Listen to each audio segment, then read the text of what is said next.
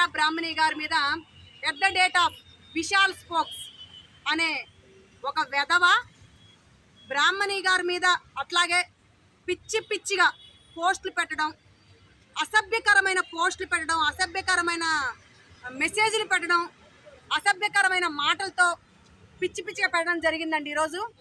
అదే కాదు, 5 సంవత్సరాల నుంచి కూడా వీడు అరాచకాలు భరించలేకపోయాము. 5 సంవత్సరాలు నాతో సహా ఎన్నో కామెంట్స్ చూశాను నేను. వీడి పిచ్చిగా అమ్మన బూతులు రాసేవాడండి సోషల్ మీడియాలో.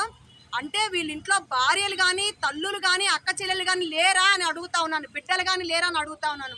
వాళ్ళ ఇంటి ఆడబిడ్డలు అయితే ఒకలాగా, వేరే వాళ్ళ ఇంటి ఆడబిడ్డలు అయితే ఇంకొకలాగా అని అడుగుతా ఉన్నాను. వైసీపీ ప్రభుత్వంలో 5 సంవత్సరాలు ఆడబిడ్డలైనటువంటి మేము ఎన్నో అవస్థలు పడ్డాం, ఎన్నో మాటలు పడ్డాం. ఈ రోజు కూటమి ప్రభుత్వం ఏర్పడిన తర్వాత కూడా ఈ వైసీపీ ప్రభుత్వం అరాచకాలు, ఈ వైసీపీ ప్రభుత్వమైనటువంటి సోషల్ మీడియా పేటీఎం బ్యాచ్